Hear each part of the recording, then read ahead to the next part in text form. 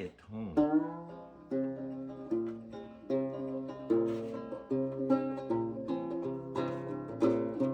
That deep sound. I love it. Matthew, I'm here. It's a beautiful sunny day here in Vermont with snow projected, more snow. And we're just getting ready to sit down for this interview. And I'm really interested in what your thoughts are. I'm thinking I'd like to start with a quote of yours. The way I tell stories is the way my family told stories. How is that? It is very filled with expression and filled with passion. My mom would tell stories around the kitchen table when I was young, and she used to tell about her life in Poland and what it was like growing up, and also what it was like to go through a war. And they took my grandfather, and when the camp was liberated, they found out that he was born in America, which at that time, because things are changing now, that meant that he could come back to America. And my grandfather loved to listen on Sundays. He would always be listening to polka music. And he had these records that were, they had really colorful pictures embedded in the vinyl. I remember that as a young kid. And he wouldn't let me go near, any of his records. And he loved it. He loved to listen to the music. Later on in my life, when I was playing all of the banjo and all this music, and I saw a picture of a Polish bagpiper, and then everything changed. What makes for a good story? What makes for a good story? The telling. If you can actually feel the story and get that picture in your mind of what the story is all about. The first instrument that I got was a tenor banjo that's four-stringed, tuned very different. And so I'm trying to play this banjo, but I'm watching Pete Seeger, and I'm noticing that he has a five-string banjo. Well, Pete Seeger was going to do a concert over at Douglas College, part of Rutgers University. I slipped in the back of the church where he was performing, and there was a moment where I'm sitting there, and Pete's on the stage, and he's getting everybody to sing, and the whole room just fills with song. And I feel my body filling up with light. It was a very unusual experience because it really felt like my body was changing. It was filling up with this light, and my mind was getting crystal clear about this is what I want to do with my life. I want to be on that stage. I want to be singing. And then one day, everything changed because he was playing in Central Park in New York, and my mom took my sisters and my brother to Central Park to go look at some of the museums. And they noticed that there were all these blankets that were set up. And Lisa said, what's going on? And they said, well, there's a concert with Pete Seeger and Arlo Guthrie here in Central Park. So everybody's getting ready. And so Lisa thought, for some reason, seeing all the albums and knowing, that I was watching Pete, and that somehow that I had become friends with Pete, and I must be backstage with Pete right then. So she kind of got Tina, and the two of them kind of somehow talked their way backstage. Now remember, I wasn't there, but they went backstage. They talked with Pete, met with Pete, and they met with Toshi, Pete's wife. And meanwhile, he's at the concert, and later on that night, and he says, well, tomorrow there's a big festival, Hoboken, New Jersey, for the Clearwater, and everybody's welcome to come. So I was excited. It wasn't far from where I was. I got down there in Hoboken, and there were a few young kids, about my age, maybe a little bit older, and they were in a circle, and they were playing guitars. And so I joined them. I took out my banjo, and I'm playing along. And Pete came by and unzips his guitar, big old 12 string, and he starts playing along. Now, you can imagine, Matt, at this point in my life, I'm like 19 years old, I can't believe that this is actually happening. You know, this at that time, he was my hero, and he's playing music with me. And the music stops, and Pete looks at me and he says, "I haven't seen you before. Who are you?" And I stumble out, "I'm Rick Polari." He said, "Rick, I met your sisters yesterday. They told me you were a good banjo player. Let's go up on the stage. We'll play a couple songs together." I couldn't believe it. He invited me up on stage with all the other young people, and I stayed there for the whole show. Played music. Pete was there. He said, "Let's play something together." We went out on stage, just two banjos, and we played Old Joe Clark.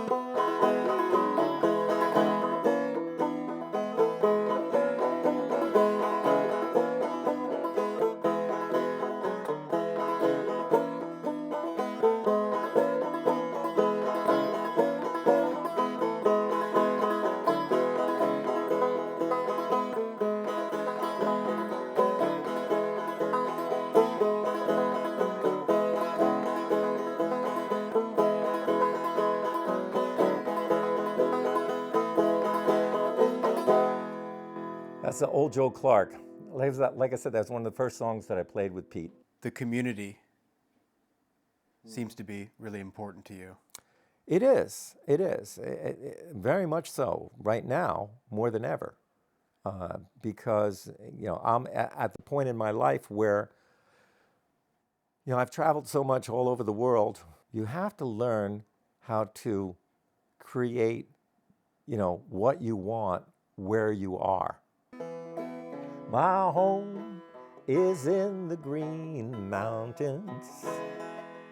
My home is in the Green Mountains. My home is in the Green Mountains. And I never expect to see you anymore. And the other thing that I learned from Pete was you have to put the magic in your own life. You can't wait for somebody else to do it. You have to find a way to make your own life magical. It was a good thing about Pete. He was able to take an ordinary routine and turn it into something special. That was the thing is, you can really transform your life into something special if you think about it in the right way. Tell me about the first meeting with Janko.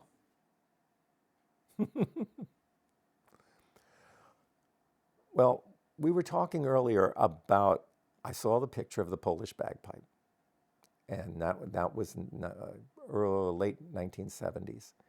And then I was trying to figure out about how I could learn more about this instrument. And then I got invited to the Smithsonian Festival in Washington, D.C., and they had brought 4 Polish bagpipers from Poland in. And I got to see them for the first time in real life and hear them.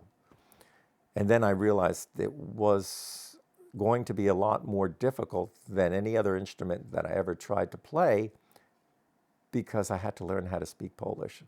I wrote a letter and I was invited to come to Poland to possibly learn about the bagpipes in 1980.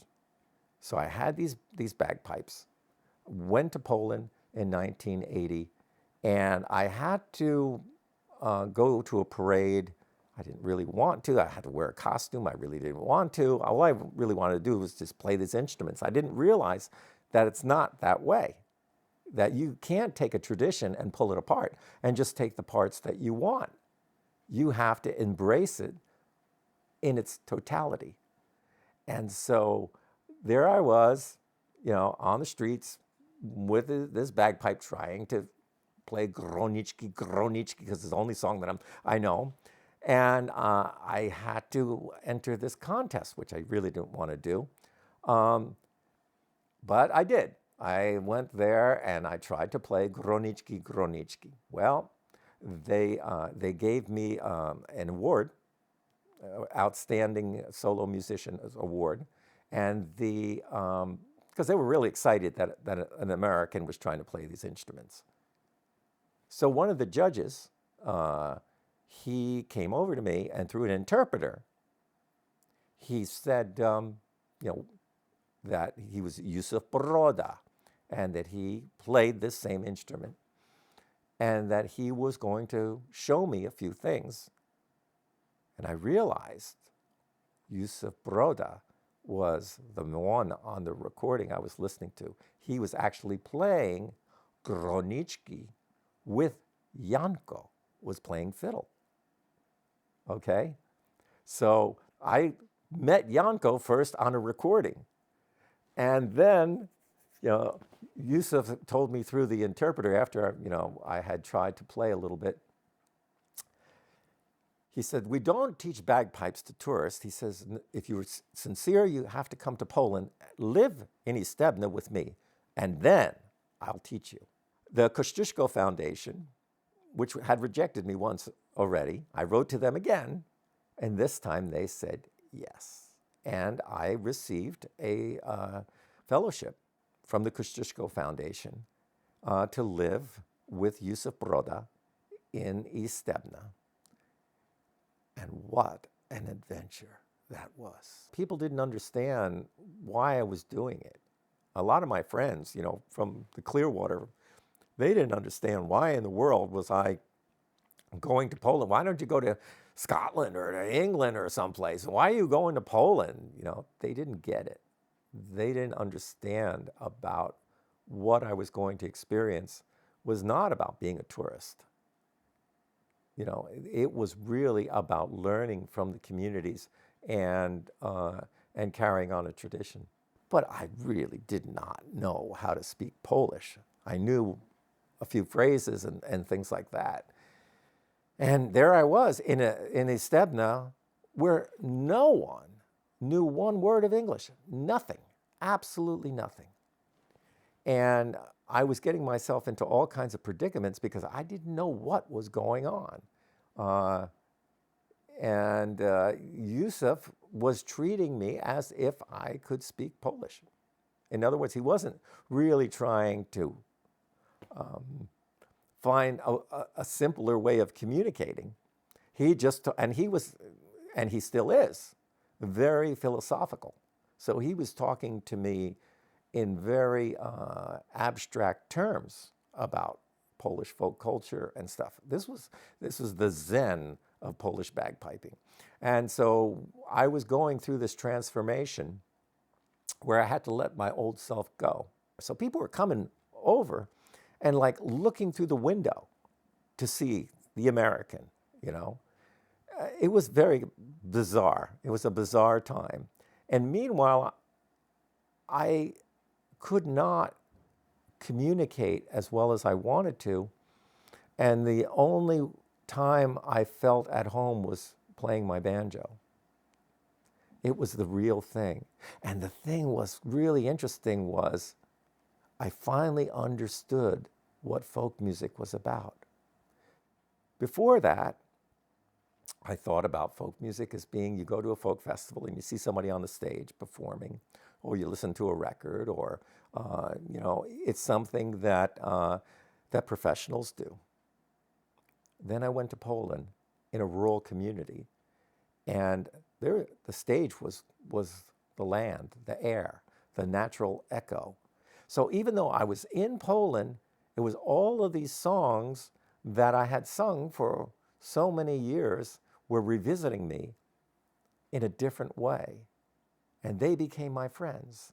They were the thing that helped me get through that difficult time of living in Poland where I did not understand everything that was going around me. So I knew, even though I was learning how to be the Polish bagpiper and things like that, you knew that you weren't a Polish bagpiper, really. The best you could do is you could learn from the tradition, but you were never going to be that, because you weren't from that tradition. And so you were looking at, so who am I anyway, right? And the only thing I could come up with, was a traveler. I was a traveler in that grand tradition of going and experiencing things and taking the knowledge from the different places that I had been and transferring them into songs and stories and being able to transplant them into different places. How do you feel about relying on your gut instinct? Oh, I trust it. I trust it deeply. The whole thing is that, yes, things can happen, but you have to work at it. You can't just say, well, I'm going to do this and think that it's going to materialize. It will materialize if you're active in making that dream happen. Tell me about the Festival of Blueberries.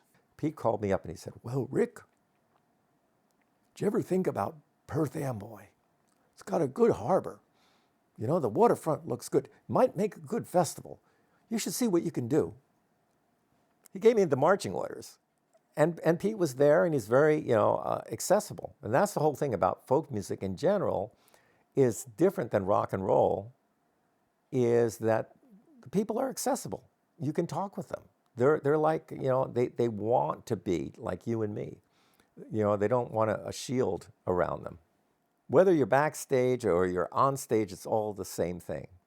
You're working to create that event. So sometimes you're backstage, you're making sure you're helping other people, get ready to go on, treating them with dignity.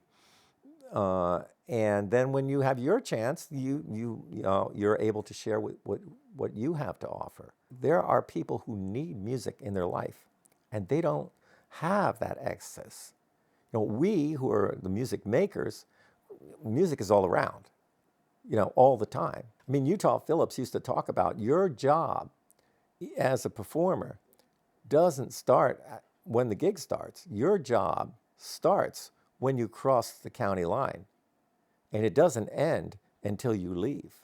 That whole time that you're there, you're working, and in all different types of ways. When you're talking with people, you're sharing information. It's all important. It's not just the moment on the stage.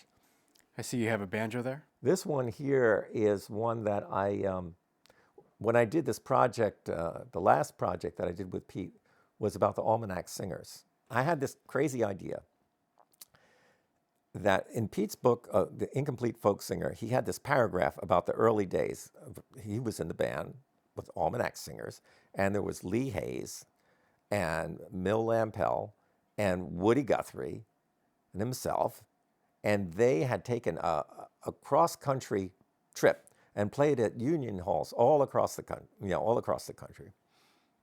That was it, a paragraph. Just said a little bit like that. There's something about it that I said, that would be really cool to recreate that idea. So I wrote a letter to Pete, and he thought it was a great idea because more people could do it, and he was all excited about it. I contacted Nora Guthrie from the Woody Guthrie Archives, and I was able to spend a full day there going through the original papers of Woody Guthrie and all the almanacs, the labor unions that they work with, and I wrote everything down. So I was putting together a jigsaw puzzle of 1941, of what took place. Where did they go? Who did they play for? Well, we pulled out Woody's scrapbook. And Woody had all of these pictures, but all of this information in the sidebar, in the margin there.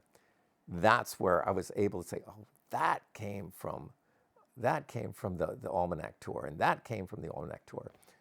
Then I scheduled an interview with Pete Seeger, and Mariana came, and we spent the whole day with Pete, and he talked about everything that he could remember about the Almanac Singers. And at one point, he's holding his head and he's in complete, concentration. I said, Pete, what's going on? He goes, Rick, I'm trying to get back to 1941. I said, and Pete, it says, dedicated to the memory of Joe Hill. I said, why did you do that? He said, well, Joe was a good songwriter. Oh, the workers on the SB lines that strike without a call. He starts singing, this old Joe Hill song. And I'm singing with him. And we're sitting in the pickup truck singing together. And my mind flashes back once again to when I was a young kid. I said, I could never imagine this moment. He said, I was singing the songs that I really wanted to sing, the political songs. I wasn't being told what to sing. I was working with Woody Guthrie. It was the only, band that he had worked with. He had did a lot of different projects, but this was a band that he had worked with Woody Guthrie. So it was a really important thing because Woody was his mentor. It was his person that he looked up to when he was younger. Every show that we played was for a union. Just like, because Pete was really, really strong about that. He said, Rick, you can't just do this at colleges and coffee houses. That's not what we did.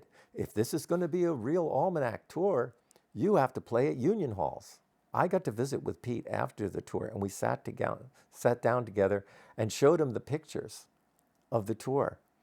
And he was laughing, and he was talking about the tour that he remembers of Woody and what it was like. And he was just so happy that we had completed that. Once again, you don't know the importance of something. The important thing is that you do it. You do that project, and then you kind of let history decide what it is. I felt I could foster hope. I could play my banjo. I could give people hope. And with that, I could bring people together. Now, that's the old Pete Seeger style that I'm playing here. This up-picking. That last one I was playing is the frailing style. But the cool thing about Pete was he would play in so many different styles, like a calypso or blues.